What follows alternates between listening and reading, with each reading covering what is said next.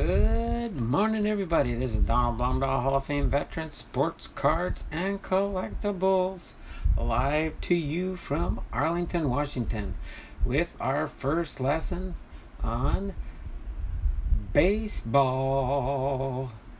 Going to do this new series on Thursdays, unless things change. So we will do this and see how this works out. This is my first attempt at doing this type of a stream, so we'll see what everybody thinks about it when we get to that point. Okay, so right at 10:30 sharp, we'll do our each one of these lessons about baseball will be about 30 minutes, and they will in turn, hopefully it'll work out for a good content for those in the channel. And then after the half-hour lesson, we will actually do a Topps 2020 Archives Baseball Blaster Box. All right, so hopefully we'll get some people in on the live here. Maybe last night with my streaming of my preaching from God's Word in our church last night, maybe I scared everybody away. Now they don't want to come be part of the stream. I don't know for sure. But that is okay. Let me do a refresh here real quick on my computer. It still says people are waiting. There we go. Okay, it says we got 2 people watching. 3 minutes ago we started, and we are in the live chat. And nobody has jumped in yet. So you think, why are we looking at a blank screen? So just to give you a heads up for those that do watch the replay here, what I will do is starting next Thursday, I will initially just start out with the lesson. We will have the live chat open, so I can chat back and forth to you during the lesson if you want to.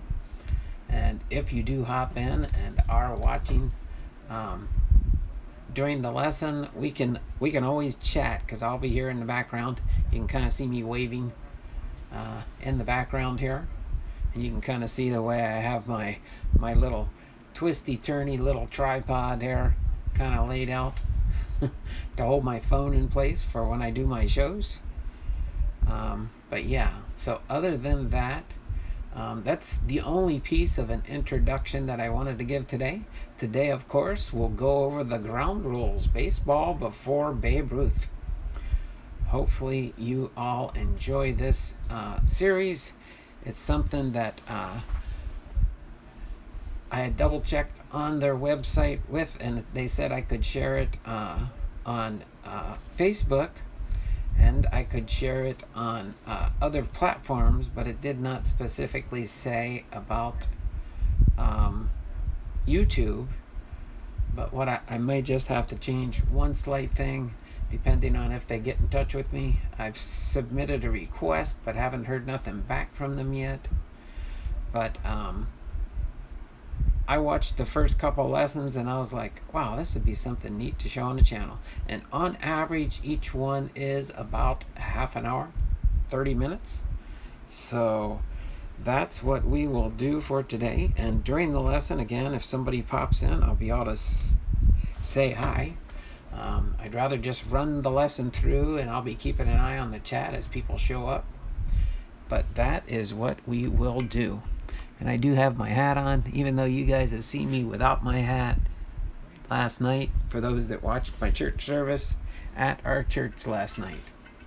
So let me get a sip of water here.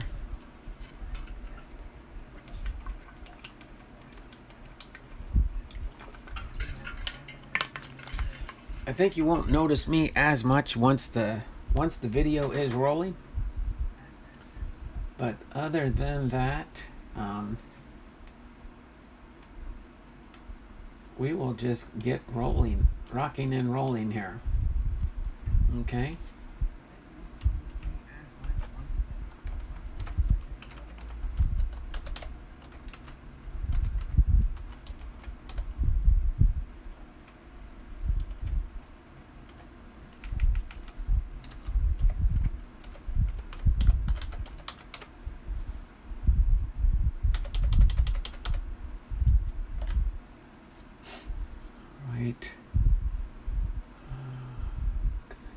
something else. What was I going to do? I think I've got everything that I can do on this end set up. So in about 5 minutes, we will get... Hope they like the new programming. I hope so too, sweetheart. We'll see how things go. Thanks for stopping in real quick and saying a quick hello. Appreciate you being here. All right. So I'll just kind of stay here in silent mode, and when it is time to start the show, I will start the show. Okay. Got about 4 more minutes to go before we start our scheduled programming. And then again, after the lesson 1, ground rules, baseball before Babe Ruth.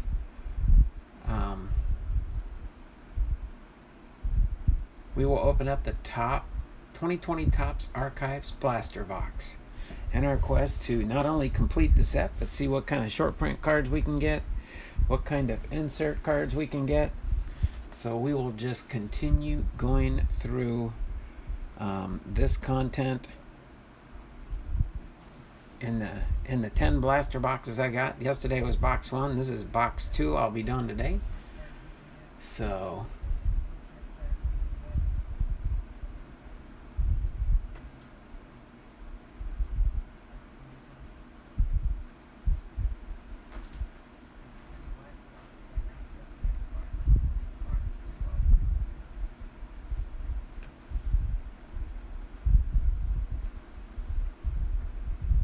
usually I have some people show up, but that's okay. It might work. Some of them might have read the information I put into the introduction, and I'll be creating a playlist for this program so that you'll be able to see once it's all complete, all 24 lessons. So hopefully you all enjoy this content. If not, we can always go a different route later. But I think you'll really enjoy this content, as I've watched the first couple lessons and really do enjoy the way they laid this out and all the rich history that's available here from the instructor in the lessons. He's in conjunction with the Hall of Fame in Cooperstown. So hopefully you all will enjoy this content. We've got a little over 3 minutes to go. Right at 10:30 sharp, I will start the program. All right.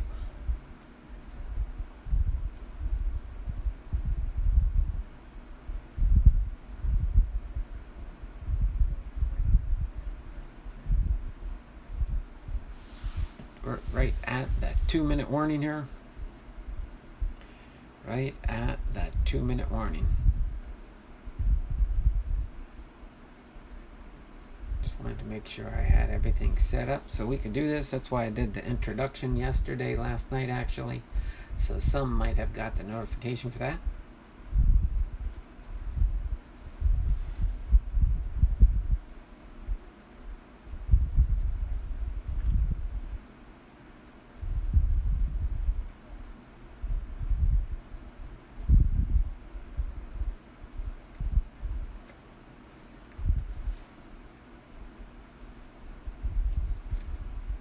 Two watching, and we have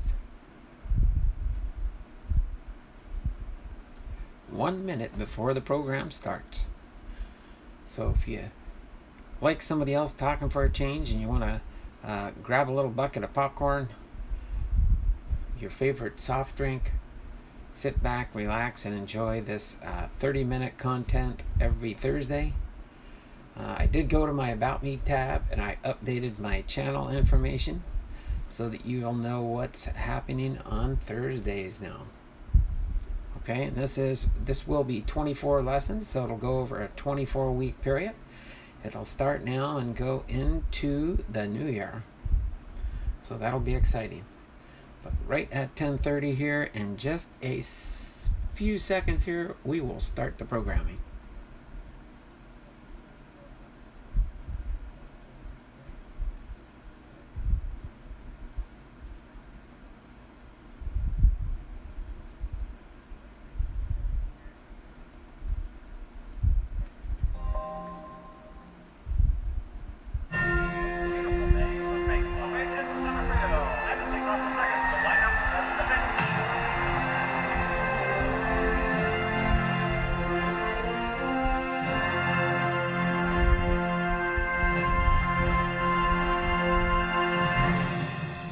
If you have a chance to visit Cooperstown and spend some time here in the National Baseball Hall of Fame and Museum, you'll be able to view a large number of artifacts from the game's rich history. After a while, you may find yourself wondering, what's with all the baseballs? To be sure, a baseball in one exhibit might have been used to make the final out of a World Series clinching victory, while another exhibit showcases the baseball with which a batter collected his 3,000th hit. And yet another ball was used to complete a no-hitter. But it's pretty hard to tell the difference. After all, when a major league game is played today, every baseball comes stamped with the signature of the commissioner. And Major League Baseball goes to great lengths to ensure their uniformity. So maybe you're inclined to think once you've seen one baseball, you've seen them all, right? Well, to begin with, let me reassure you that if you do have a chance to pay us a visit here in Cooperstown, you will find a lot more than just baseballs on display. Yes, we have some 10,000 baseballs in our collection, but our 3 floors and over 30,000 square feet of exhibits are carefully curated to highlight a wide range of artifacts from every era of baseball's rich history. From the 19th century, for example, we feature the patent model for the first catcher's mask, just one of many innovations with surprising stories that we discuss in a number of our classes. And from the middle of the 20th century, we have the cap worn by Jackie Robinson during the 1955 World Series, the first and only modern World Series won by the Brooklyn Dodgers. Why do I say modern World Series? Because there were world championships well before the American and National Leagues began their annual postseason duel, something we'll learn about in yet another class. And from the 21st century, we have a headset from the very first challenge call under the new video replay rules instituted in 2014. One in a very long line of rule changes that have made an impact on the game, a subject we'll also be covering in this course. It's a remarkable collection, and I hope this course will inspire you to make the trip to Cooperstown, whether for a first visit or even if you've been to the hall before. But what I'd like to emphasize today is that the remarkable history that the Hall of Fame documents, the history of baseball, cannot be fully appreciated without an understanding of the years which will be the focus of these 24 classes. The years before 1920, when the uniformity of the baseball could by no means be taken for granted. So the first question we need to address is, why use 1920 as a dividing line? Well, to begin with, any effort to divide baseball history up by era has some disadvantages. Baseball has been continually in the process of change for well over 150 years. And anytime you take a close look at any specific era or year, you will find some folks pushing for changes that they believe will make the game still better, and others who are upset that baseball just isn't what it used to be. In other words, baseball's history is a continuum, and to pick out a particular year and say, aha, this is where modern baseball begins, does not do justice to the game's richness and complexity. With that said, however, 1920 does provide a very good frame of reference, because within a year or two of that date, an enormous number of changes took place that transformed the role of baseball in American life. Of course, there were major national and global developments around this time that have had a lasting impact on American culture. World War I had only recently ended, and America had emerged from its previous isolation as one of the leading players on the world stage. The war years also witnessed a migration of over 500,000 African Americans who left the South to pursue the prospect of good-paying jobs in northern factories. And of course, the role of women was rapidly evolving, a fact dramatically illustrated on August 18, 1920, by the ratification of the 19th Amendment, which finally gave women the right to vote. The 1920s also ushered in Prohibition, the first commercial radio station, and a seemingly endless succession of short-lived fads. But as the world outside baseball was spinning in unexpected and unpredictable ways, the baseball world was, if anything, in an even greater state of flux. Consider just a few of the events that make the years around 1920 so pivotal for baseball. First, there's the fact that the 1919 World Series was fixed. And for that matter, not only had 8 White Sox players, the so-called Black Sox, attended meetings to discuss a plot by which they would intentionally lose the World Series, but news of the scandal broke the following September, with the White Sox locked in a tight pennant race. Second, in response to the Black Sox scandal, the game's governing body, described by sports writer William O. McGeehan in 1920 as a discredited and impotent relic, was scrapped and replaced with a single commissioner, Kennesaw Mountain Landis, who was given far-reaching powers to act in the best interests of the game. Third, that northward migration of African Americans I mentioned a moment ago actually contributed to the founding of the Negro National League in 1920. This was the first of the so-called Negro Leagues. And fourth, in 1922, the Supreme Court upheld the controversial Reserve Clause, a ruling that meant that teams could retain the rights to a player for as long as they chose. Each of these developments would have important long-term implications for the basis of competition within professional baseball. Yet perhaps the most momentous change of all in 1920 was a very simple one, a decision to begin replacing the baseball more often. One man's statistical record testifies to the consequences of that decision. In 1918, Red Sox pitcher George Herman Babe Ruth was given the chance to play the outfield when not scheduled to pitch, and he responded by belting a league-leading 11 home runs in 317 at-bats. So Boston's pitcher-turned-batter experiment was repeated in 1919 with stunning results. Following the season, the Spalding Baseball Guide marveled. Ruth made 29 home runs in 1919. That is a record with a vengeance. It is a regular mastodon of a record. It surpasses all the feats of the present generation of ball players and is superior to all the great performances of the past. As those comments suggest, knowledgeable baseball observers were inclined to view Ruth's 29 home runs as a once-in-a-generation achievement. After considerable digging, it had been determined that the previous single-season record for homers was 27, set by Ned Williamson in 1884. That mark had been achieved under exceptional circumstances. At Williamson's home park in Chicago, the left and right field fences were both less than 200 feet from home.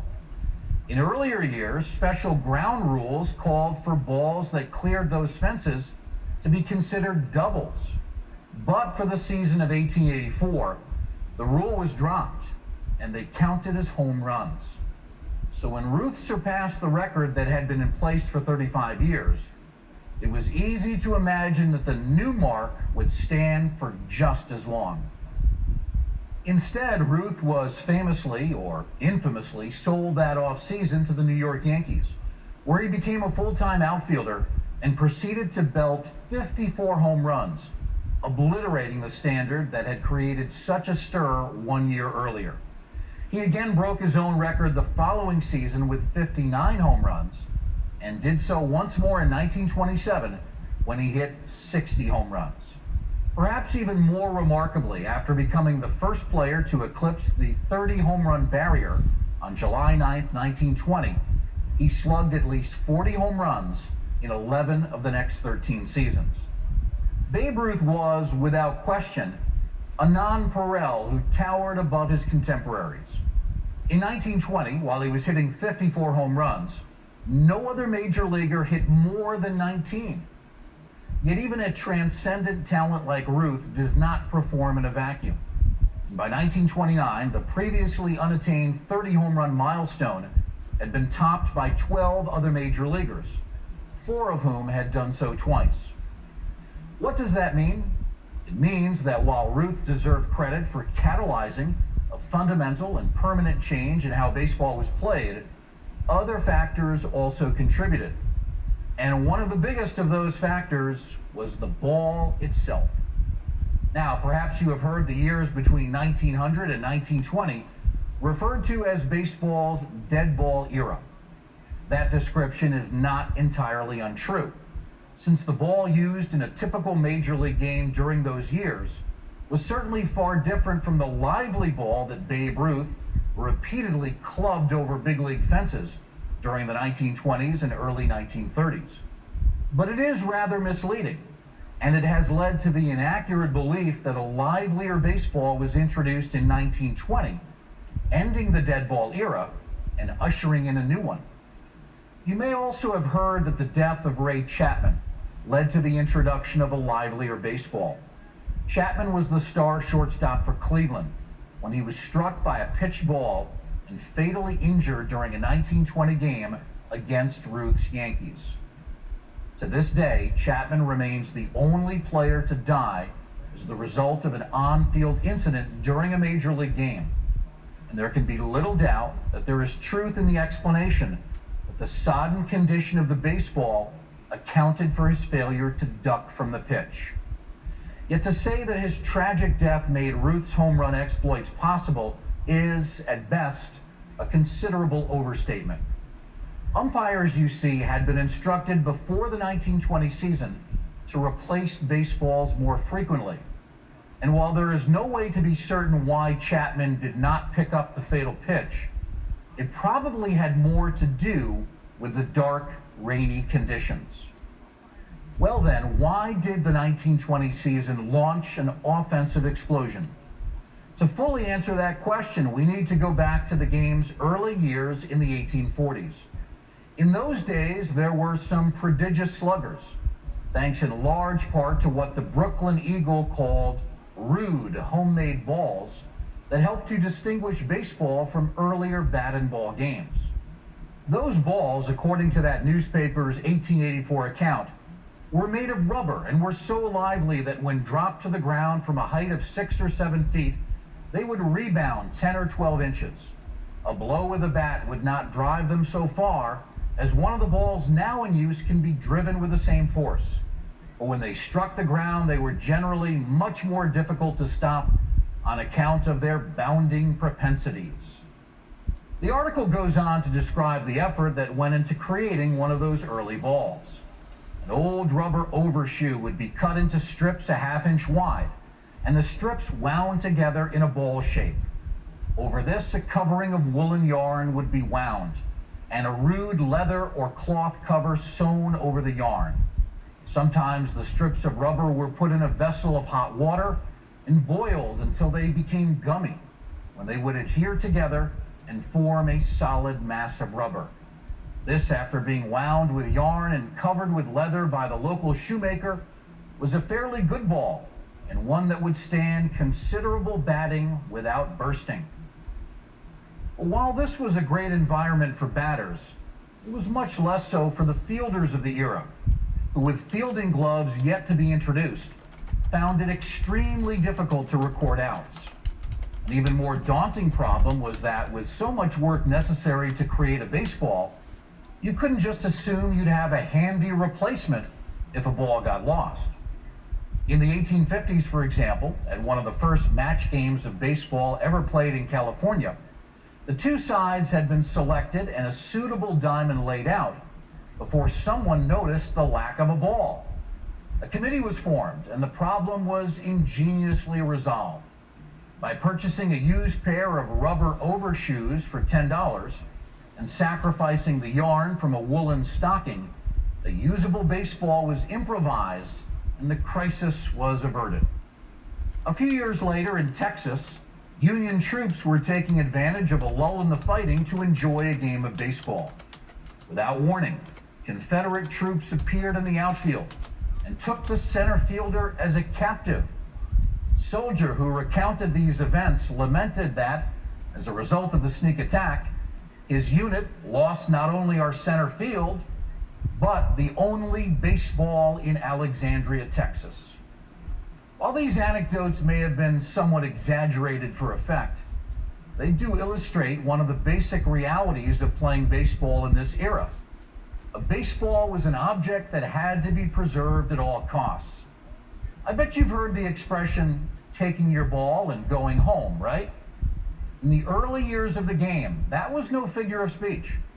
The player who brought the baseball had to be placated no matter what. After a long hit, if the ball was lost, play stopped while members of both teams and spectators searched for it, reflecting its status as a precious commodity. It was not until 1876 that, in addition to the official rules of the game, limited such hunts to 5 minutes, after which a replacement was to be introduced. The new rule even made it necessary to refine the syntax of baseball's rulebook, since until then, the word ball had exclusively appeared in its singular form. In light of these concerns, attempts were made to modify the baseball to make it less rubbery. But this was no easy matter, as without the rubber, the ball was liable to become so hard as to be downright hazardous to catch. Uniformity was even more difficult for manufacturers of baseballs to achieve, with the result that the same two teams that engaged in a slugfest one day might struggle to hit the ball out of the infield the following day. More fundamentally, even in the case of identical balls, the consistency that we now take for granted did not exist prior to 1920. That was because baseballs remained scarce enough and expensive enough that one was kept in play until its cover began to fall off. And naturally, there is little resemblance between the results of hitting a brand new ball and one that has endured several innings worth of battering. For that reason, the dead ball era is a bit of a misnomer.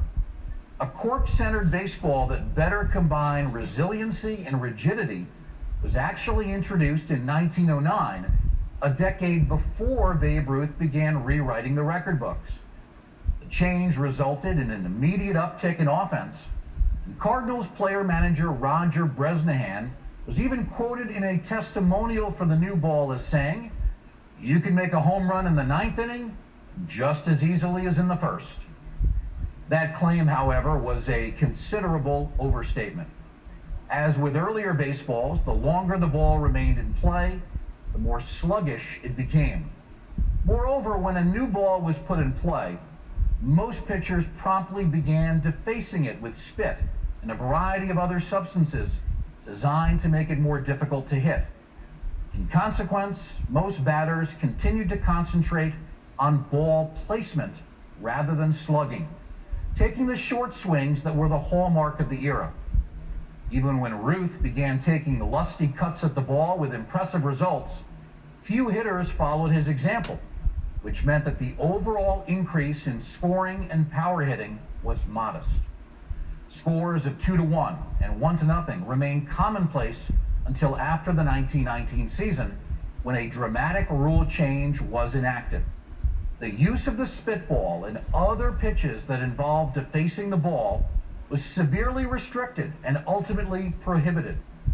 And in order to make that ban viable, umpires were instructed to replace the ball on a regular basis. In addition to representing a dramatic change, it was also an expensive one. The owners believed that the fans would respond to more slugging, and they were proven right. During the 1920 season, Ruth responded by taking only 71 games to break the home run record he had set the previous season, and he had amassed 42 home runs by the time of Ray Chapman's death in mid-August.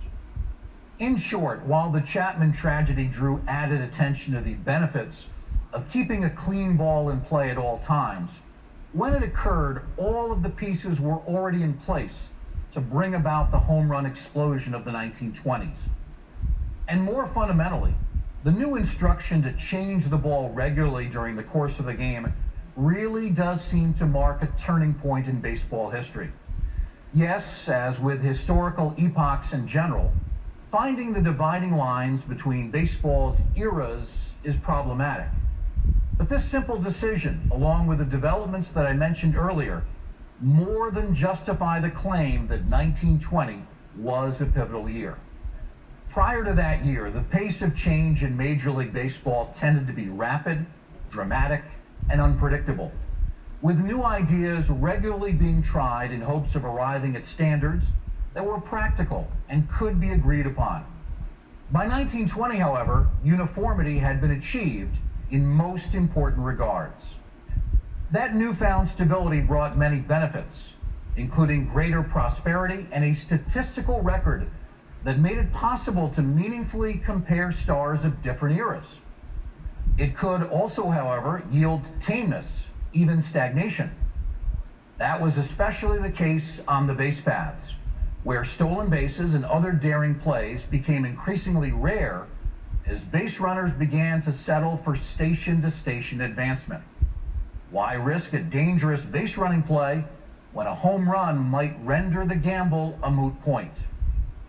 By contrast, Negro League teams of the era could not afford the added expense of constantly replacing the baseball, so their use of the spitball and other trick pitches continued.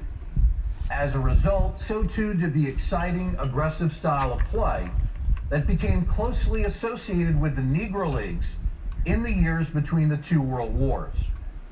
It was another vivid reminder that the game of baseball and the physical baseball have always been inextricably intertwined. Now that I've given you a taste of how baseball was played prior to 1920, let's get a sneak preview of some of the features of those years that we'll be delving into in greater detail in these classes. To begin with, the nomenclature of the game's early era was often incredibly colorful. A reader who opened the morning paper to peruse a game account written in the 1860s was liable to find a towering pop-up referred to as a skyscraper, a ground ball as a daisy cutter, or a gopher hunter, or a slow base runner as an ice wagon. For that matter, such a reader might well come upon a term coined especially for that article by an inventive sports writer. But don't worry, I'll make sure to clue you in to the meaning of any unusual terms we encounter along the way. Additionally, let me give you a heads up about the names of the baseball clubs we'll encounter. Nowadays, we are accustomed to equating a team with its nickname: the Minnesota Twins, the Kansas City Royals, the Pittsburgh Pirates, and other teams go to considerable lengths both to create a brand around that nickname and to protect that brand. But the earliest amateur clubs were specifically clubs, not teams, and their names announce that fact. A club from Pittsburgh, for example, might elect to be known as the Star Baseball Club of Pittsburgh, or more boldly as the Pittsburgh Baseball Club. After the advent of openly professional play in 1869, the word team came into general use, and the order of the city name and the team nickname was reversed. When the National League came into existence in 1876, every team was granted exclusive rights to that city, so nicknames were unnecessary and thus de-emphasized in the years that followed. Often, even when they were used, they were informal nicknames that were bestowed by one of those creative sports writers, and, like so many other elements of the early years of baseball, subject to change at any time. What that means for our purposes is that when I talk about an early professional team, it would be historically inaccurate to refer to it in the form that you're accustomed to hearing today.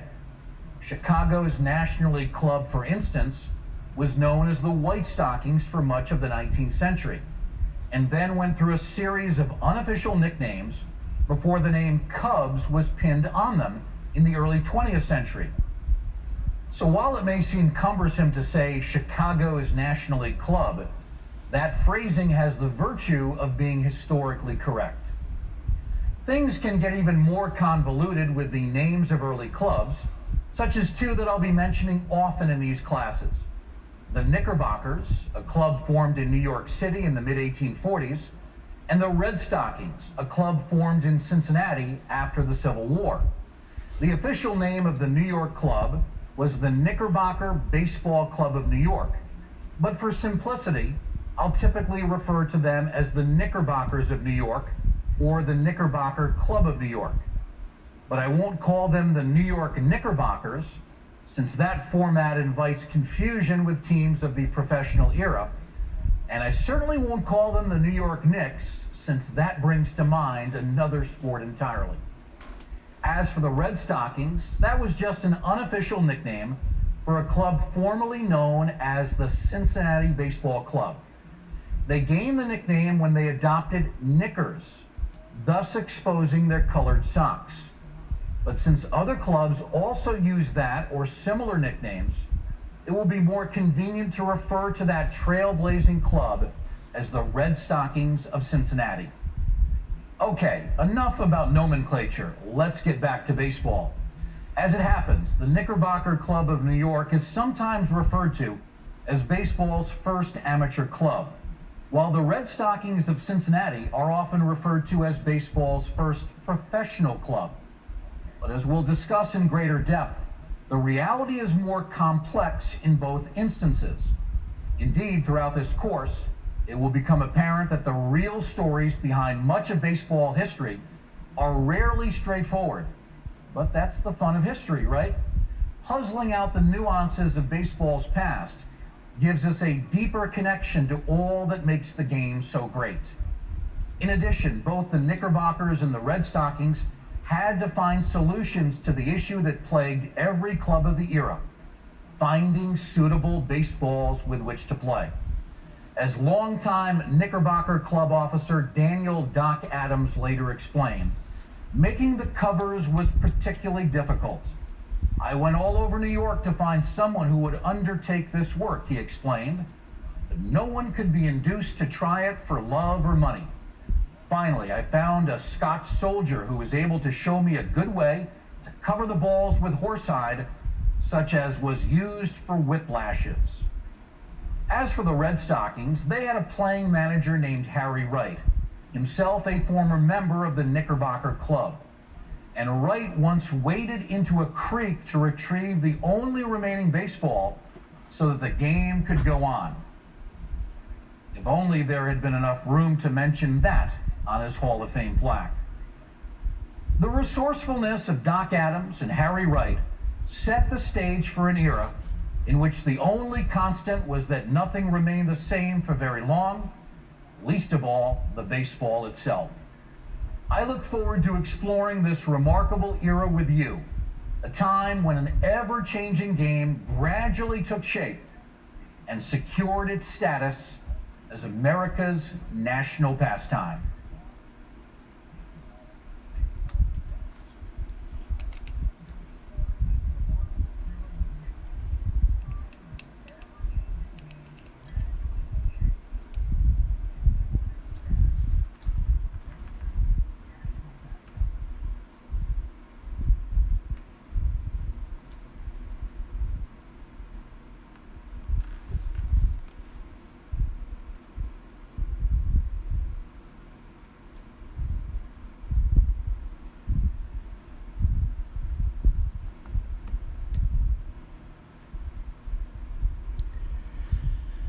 Hopefully you all enjoyed that first lesson in a series of 24 ground rules baseball before Babe Ruth.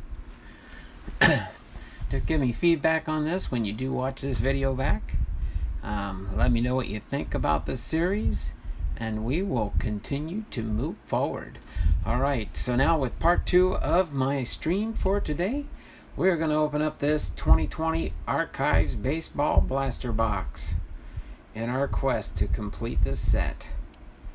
Alright, along with that, we will see what kind of inserts or special cards we find along the way.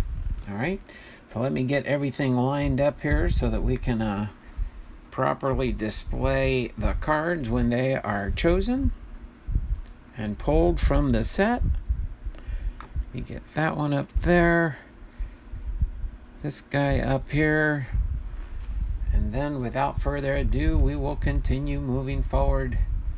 I know, let's see, I had Chuck Dupree popped in the house earlier. Deerman popped in the house. They probably didn't know what was going on for sure.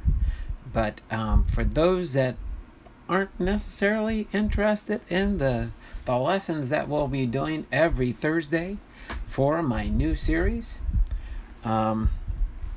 just check out my About Me tab, and you will see the change I made to my Thursday lineup.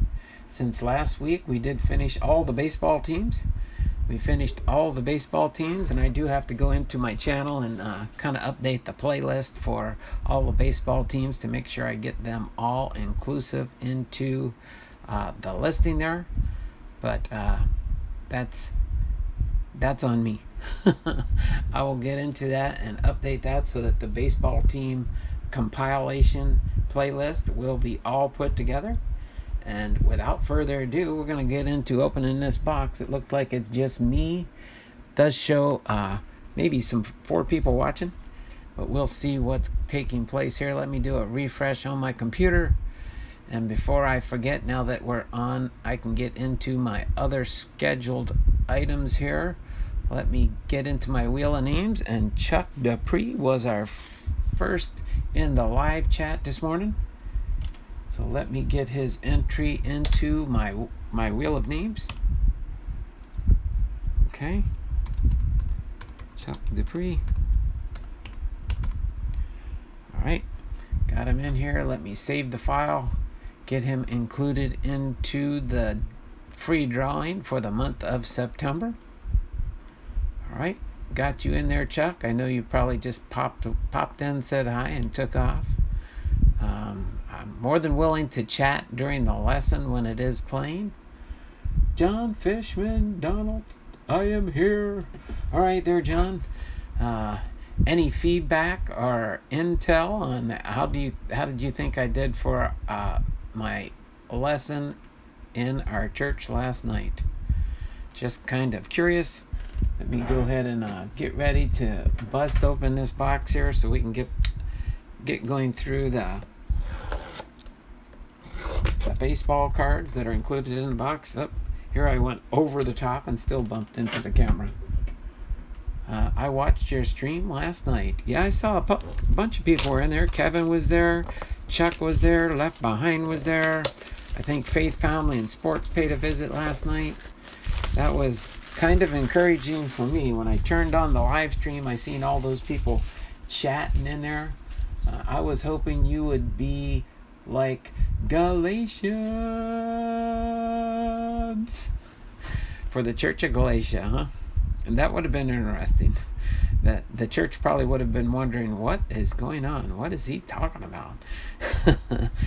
What is he talking about? All right. So interesting nonetheless. Okay, so let me pull these packs out and we'll get ready to open this. Oh yeah, that's right, I remember now. Robert Hone was there. You could probably fill me in on who I missed, I suppose. But yes, it was fun and it was very interesting, that's for sure. I'll leave it to the critiquers and those that did watch to let me know how I did overall. Sorry about that. I guess I drank too much water. Let me put the box topper right there. And then we will get the 7 packs of cards here. Try and get these laid out off to the left here so that we can, as we go through these, we can see the progress on the 7 packs. All right. So again, I'll do it in usual fashion since I've got this set now after opening a couple of blaster box here. I think in total, when I'm all done, I'll have 15 blaster boxes that I'll open to try and complete the set. Hopefully we'll do well. Oh, that's right. Okay, yeah, thanks. Robert Posada, cards in his car. He was there. Right now, John, it looks like it's just me and you in the house, maybe. Robert Hone, what set are you trying to collect? There are 4 sets within the set. Yeah, I know. I mean the base cards. The base cards go to, I believe it's like the higher number ones are like the 301 through, I'm trying to remember the exact number in the set. Let me just check real quick here. 325 cards in the base set for the Topps Archives. that is what the total is. So yeah, I'm trying to get the base set, the 325 cards. So the first 100 go here, the second 100 go here, the third 100 goes here. Of course, the first ones are the 1955s, and then we have the 1974s, and then we have the 2002s, which I just did recently on my Topps baseball card sets. And then, of course, the higher number ones will go here with the inserts. That's pretty much the way I've got it all laid out. And there are a total of 120 Hall of Fame players that are included in this set, which I kind of like, actually. But that includes not only their base cards, but their short print cards. Okay? So that kind of gives you an idea, and it looks like, so there's probably about 60 Hall of Famers, because there's the short prints and the variations, and then the regular number cards and the short prints, and the 310, 311, 312, 315, and then of course, but there are a total of, if I did get all of them, 120 different Hall of Fame baseball players in this set, which is kind of cool. So without further ado, my Thursday streams will not be too awful long. I'm guessing probably about an hour, because starting next Thursday, I'll just start off with the lesson that we premiered today, the ground rules baseball before Babe Ruth. So for those that did not catch that, you can watch the replay and watch the first 40 minutes. Basically, I went in about 10 minutes early to just kind of see if anybody showed up and talk about it and get my entry into the September drawings. But without further ado, now we will go into our content at hand for part 2 of today's stream, and that is going through these 7 packs and then seeing what the 1964 Topps Giant card is in the background. I do like the archive. Some of the insert cards do involve different years also. I like how Robert said that there are 4 sets within the set. Yeah, again, the 55s, the 1974s cards, and the 2002 cards, and then the ones kind of like, I'll just show you one real quick. The higher number ones, which I haven't found the 301 yet, but 302 here, the Aaron Judge is the card number 302 here. Okay, and all rise for the judge. So let me just set that back there. We will get into our content at hand now. All right, I'm still working on some of my other sets. The cards that I'm more or less looking forward to complete.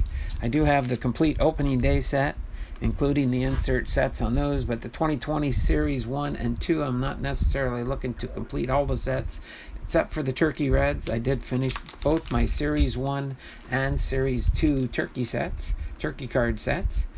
And all I'm really working on now is the rainbow foil sets, to try and get those complete sets for opening day and Series 1 and 2. But that's a little undertaking. I'm just going to be a little slow on that. And over time, I hope to finish that. I don't know if I'll finish it by the end of the year, but when I do finish the set, I will go through and preview the complete set with you all.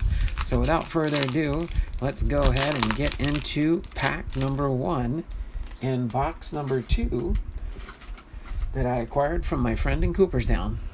All right, so we've got Cleveland Indians first baseman Bobby Bradley rookie card for first card. Oakland Athletics second base and third baseman Sheldon Noose rookie card. Jeff Bagwell, Hall of Famer with the Houston Astros first baseman, Hall of Famer Jeff Bagwell. All right, then boom, we got the 2002 Bryce Harper. All right, that's a hit for me. The 2002 Kyle Seager with the Seattle Mariners. Oh my word, I got my third Aaron Judge, All Rise. I just showed you that one. That was pretty interesting. I've got 3 of these now, so they'll be coming to a sale near you probably next month. All right, and then we got the Zach Greinke with the 1974 cards. The Zach Greinke and the Nolan Arenado. He's with the Houston Astros, and Nolan Arenado, third baseman for the Colorado Rockies, and our 1974 Archives card set. All right, so moving on to pack number 2. Pack number 2. See if we can get any short prints or insert cards here in one of these boxes coming up. So we got the Pittsburgh Pirates outfielder and first baseman Willie Stargell. All right, then we've got Chicago first baseman for the Chicago Cubs, first baseman Anthony Rizzo. Then we've got Philadelphia Phillies first baseman Reese. I think it's Reese. I've always been pronouncing it Rice Hoskins, but I was watching the Philadelphia Phillies and the Boston Red Sox game yesterday, and it's Reese Hoskins. So now I have been corrected. Hopefully I can continue to say it the right way. Reese Hoskins. I would think it would be Reys, but that would probably be like Rays. Reese. Now I understand why it's Rhys. All right. Then we got the Ronald Acuna Jr. for the 2002 Archives card. Cole Calhoun with the Arizona Diamondbacks. Shout out to Kevin's Card Collecting and more. And then for an insert card here, selected by the Youth of America, Miguel Andujar, New York Yankees Topps All-Star Rookie. Gold Cup card. There's the insert card from a 60s throwback. All right. Then we've got the Mike Trout. There we go. That's an awesome card to get. It'd be nice to get the insert of Mike Trout. Be worth a little bit more money. That's the base card for Mike Trout. And then Aristides Aquino with the Cincinnati Reds rookie card. Like to get the Lewis Robert. Add that to my Lewis Robert collection. All right. Next one in the lineup is pack 3. Pack 3 out of 7. And then we'll do the box topper at the end. And then chit chat and or end the stream after that. Right, that my waste bin on the side there. We got Houston Astros outfielder George Springer. All right, next we've got the Chicago Cubs shortstop Javier Baez. All right, then we've got the 2002 Carter Kieboom with the Washington Nationals. Then we've got 2002 with the Toronto Blue Jays, Anthony K. rookie card. All right, then we've got the 2002 California Angels, Anthony Rendon. And then we got the Dylan Cease rookie card from the 55 throwbacks. A little insert set there. 85 B55-5. All right, then next here we got the Tom Glavine, Hall of Famer for the Atlanta Braves. And boom, 100, card number 100, Hank Aaron for the 1974 throwbacks. Oh wait, no, I got these backwards. Don't I? Yes, those are the 74s. These are the 55s. Come on, Blom Dog, get it right. You got them backwards here. Why didn't somebody out there correct me and tell me I was doing it wrong? You guys weren't paying attention much, I guess. All right, pack number 4. I was thinking, wait a minute, Hank Aaron's got to be an older card. So that's the 55 set. That's the 74 set. That's the 2002 set. My word. See what happens when you start getting older? You start confusing yourself even. Of course, Robert has more experience than me on that one. I was wondering why I was kind of going out of order there. Now I'm back to where I kind of remember it. Oakland A's pitcher rookie card, Jesus Luzardo. I like to leave the Hall of Famers in the front when I do get them. New York Mets pitcher, Tom Seaver. All right. And boom, for Kevin's card collecting and more. Donald, you are never wrong. Okay, just slightly off key. San Diego Padres outfielder Tony Gwynn for Kevin's card collecting and more. Nice Tony Gwynn there. All right. And then got for the Atlanta Braves 2002 Chipper Jones, Hall of Famer Chipper Jones. Put him in front of Anthony Rendon. 2002 Pittsburgh Pirates Ralph Kiner, Hall of Famer. And then next we got the 2002 Cody Bellinger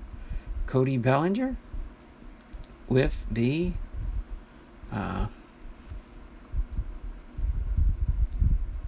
Dodgers. Don't mind me. Boom, there we go. Larry Doby with the Cleveland Indians, Hall of Famer. And Wade Boggs, Hall of Famer with the Boston Red Sox third baseman.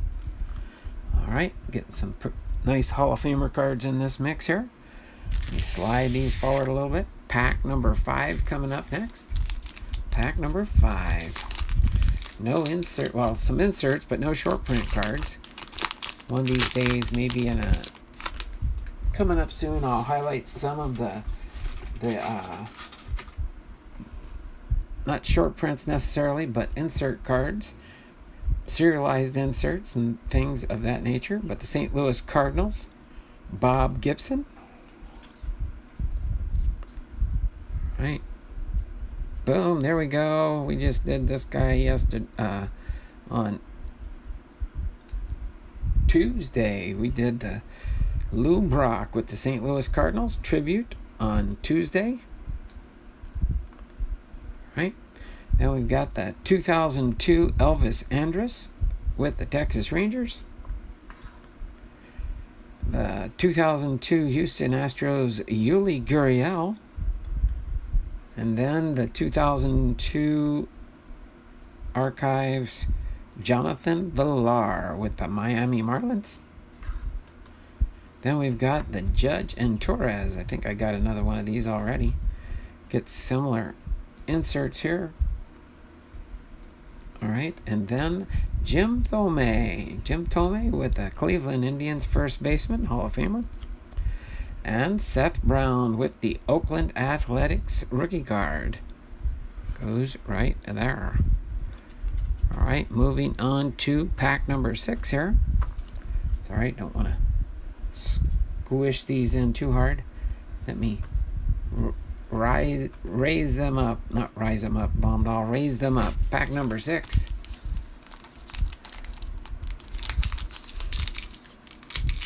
All right. See what we can get out of pack number 6 here. All right, we've got the Texas Rangers third baseman and outfielder for his rookie card, Nick Solak. And then Chicago Cubs pitcher rookie card for Adbert Alzolay. Slide that in the back there. And Atlanta Braves first baseman Fred McGriff. Just kind of put him right there for now because my back is getting full too. Arizona Diamondbacks 2002 Archive Starling Marte with the Arizona Diamondbacks. Then Alan Trammell, Hall of Famer Alan Trammell. in the 2002 archives. I already got this one too. Mariano Rivera, Sandman. Da da da da. Do do do do do do do do do. Sandman. Then we got Alex Young here with the 55 throwbacks. Arizona Diamondbacks pitcher, rookie card for Alex Young. And boom, another one for Kevin's PC. Is that vodka in the water bottle? Oh, because I was singing Sandman, bring it to me. Is he related to Taylor Trammell? I don't know about that. No, I don't think so. Unless they're adopted, or one of them might be adopted. I don't know. Alan Trammell. I don't think that's his dad. I don't think that's the Seattle Mariners Trammell that we got from San Diego. Paul Goldschmidt, St. Louis Cardinals first baseman for Kevin's Card Collecting and More. He's a Paul Goldschmidt collector. All right, last pack mojo, pack number 7. Pack number 7. We gonna pull any magic out of this box? Maybe not. We will see what happens in the last pack mojo here. Colorado Rockies outfielder Larry Walker. All right, new Hall of Famer. Then next we have Kansas City outfielder Bo Jackson. Boom. Chicago Cubs outfielder Billy Williams. Next we got a Whitey Ford with the New York Yankees 2002 throwback. And then boom, the big hurt 2002 Topps Chicago White Sox Frank Thomas. And up and coming possibly Hall of Famer Alex Rodriguez with the Texas Rangers 2002 throwback. Looks like last 2 cards. I don't think we got any big cards in this box at all. Matt Chapman with the Oakland A's. All right.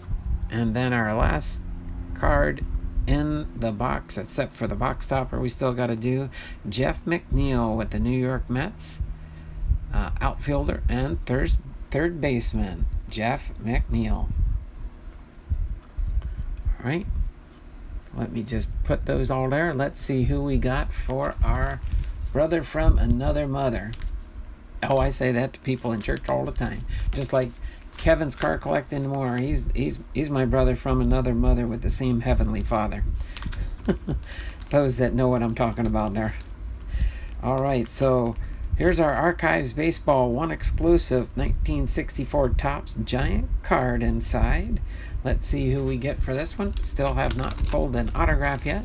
This is blaster box number 7 for me. It doesn't really say the odds on the pack, but they do list them on the box itself on the side.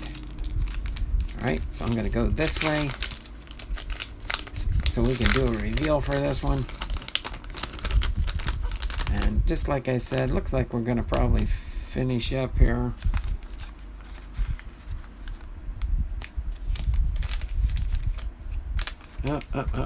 Sorry, I'm just going to do the reveal here. Don't worry, I didn't switch it. I wish I did have one to switch. No, just kidding. Just kidding. It's kind of hard to do. I have to figure out if I open it the opposite direction, will that change it? Because I know the way they face inside the pack. We'll just see what happens. Juan Soto's my guess. Well, let's see. Let's see who we got here. Uh-oh, it looks like a Philadelphia Philly. Any thoughts? Any Philadelphia Philly fans watching? Actually, I think it just might be me and you. Me, you, and Robert there, John. Might just be me, you, and Robert. Give it a second here. See if anybody wants to guess what Philadelphia Philly it might be. Let me scroll down slowly.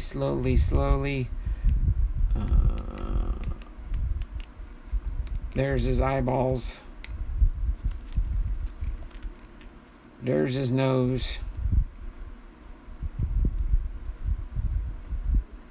Anybody know who this character might be?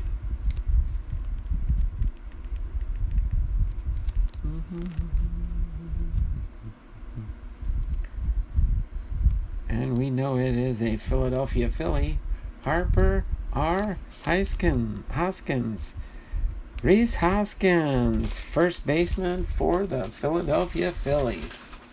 There you go. Kevin's card collecting was popped in the house here at the last minute. Rhys Hoskins with the Philadelphia Phillies. Here's the background behind this card here. Rhys Hoskins in the 11th heaven. Hoskins resumes historic homer display. Rhys Hoskins simultaneously broke 2 records with one mighty cut on August 27, 2017. In the bottom of the 8th inning of a 6-3 victory over the Cubs, the Phillies rookie blasted a home run deep to left center field. That gave him 11 long balls, the most ever for a player in his first 18 Major League games. He reached the milestone despite not hitting his first until his 5th contest. The blast also made Rhys the first Phillies player to connect in 5 straight games, capping a 9-game stretch in which he went yard 8 times. So there we go. Rhys Hoskins is our box topper card there to end the stream. Sorry, had a call for work. Pete Rose was not right. Pete Rose. That's okay there, John. All right. So other than that, hopefully you all enjoyed our content for today. A little bit different. For those that didn't catch the first part of the video, go back and watch the replay if you can. And do me a big favor. When you do go, do me a favor and just leave some comments on some of my videos. I've been getting some feedback back from YouTube that my channel's not done as well because not as many people comment to my videos.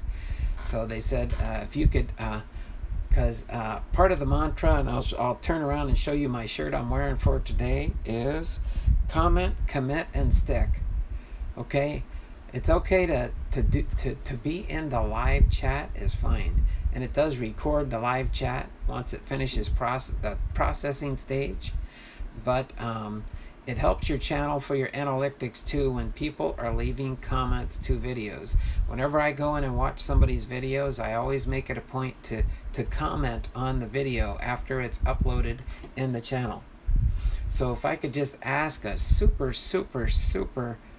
let's see, wait, let me start this over. A super, I'm doing that 7 times for a reason. Kevin will probably understand it. But a super big favor, and please leave me comments.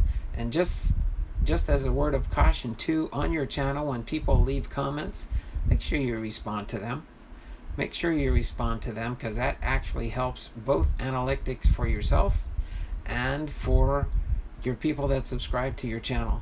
So whenever the comment section is available on a video when I watch it, I do like leaving a comment, and people will notice that from me, because I follow the mantra: comment, commit, comment, and stick. And without further ado, let me back my chair up so I can get my t-shirt in the stream here. Let me turn around the camera. Okay, comment, commit, and stick. Comment, commit, and stick. It's like comment, and subscribe. Same similar one, but this was another channel that I bought this t-shirt from, and it is very important. Comment, commit, and stick. Okay, so that's my mantra for today's video as we get ready to wrap things up here. So comment, commit, and stick. Comment, commit, and stick. And if you'll do that, when you do that on a regular basis to somebody's channel, that's why I kind of struggle. I go up and get a few subscribers, and then when YouTube does the purge, because they don't do it the correct way, they take them right back off my channel because they didn't comment, commit, and stick. So when you watch somebody's video, you have to make sure you follow the mantra. When you're watching a replay on a video, just remember this in your head. Just remember this in your head. Comment to the video, give it a like, and then stick. Come back and watch the person's content. That turns out to be such a blessing to the content creator. Okay? So comment, commit, and stick. That's my little mantra here. I know you can see my chin here, but I'm trying to get this point across here. Comment, commit, and stick. Comment, commit, and stick. All right, I see John just went and commented to one of my videos. Appreciate that. But yeah, I check my comments, and usually it's only one or two people that comment. One of them's for my Bible reading that I do daily. I have one person that watches my video postings every day, and he comments to each one of the videos. So believe it or not, I'm getting more views of my Bible reading videos than my regular content on my channel. But that's just fine. It doesn't bother me as much. Mr. Sandman, bring me a dream, a right fielder who can hit and run like deer. Is that your rendition of the Sandman song there, Robert? I kind of seen that at the side of my head. Sorry, I had a call for work. Haley Deegan, NASCAR fan, Cardinals fan, 1990. Hi to you too. All right. So just remember that mantra as I get ready to close the stream today. Thanks for popping in there, Cardinals fan, 1990. But yeah, comment, commit, and stick. That is very important in a channel when they're trying to grow their channel. All right. So this has been Donald Blondahl, Hall of Fame veteran, sports cards and collectibles, having been live to you with my new video series this Thursday. For those that I was thinking of the Metallica song. Okay, don't know that one. Ethan's Elvis covers and more. How are you doing? Howdy, sir.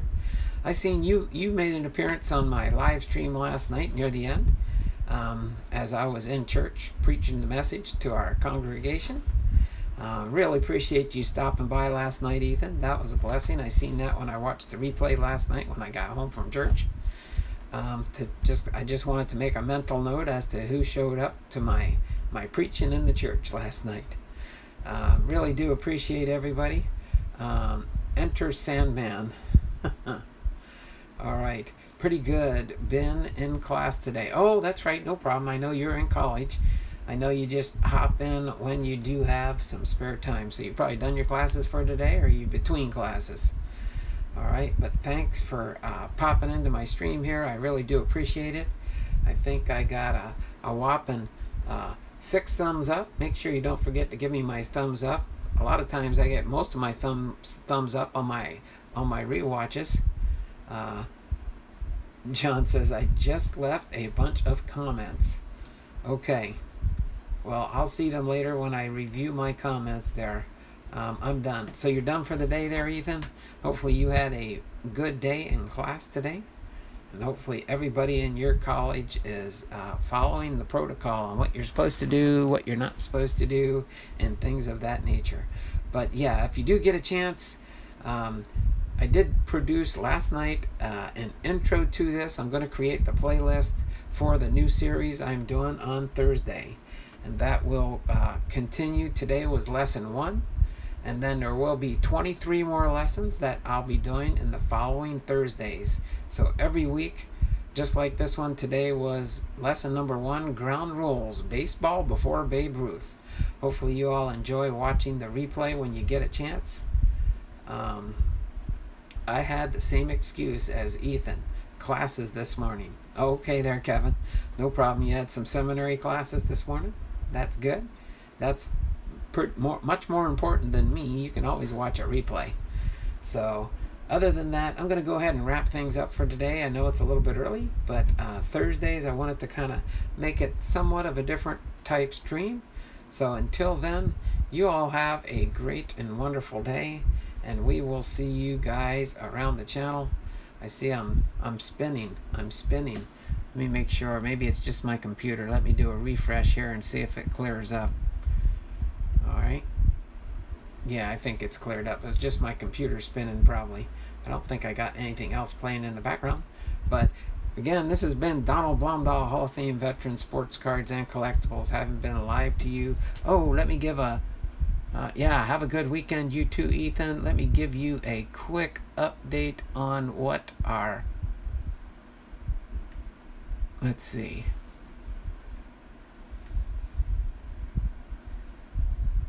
Sorry, I'm going to give you just a quick intro into 1947. Yes, our 4 Hall of Famers I'll be going over tomorrow again will be Mickey Cochran, Frankie Frisch, Lefty Grove, and Carl Hubble. Okay, those will be our Hall of Famers for our Hall of Fame Friday tomorrow. And then after that, we will open up another 2020 Topps Archive Blaster Box in search of either an autographed or a short print card, short print cards to the base sets, anything like that.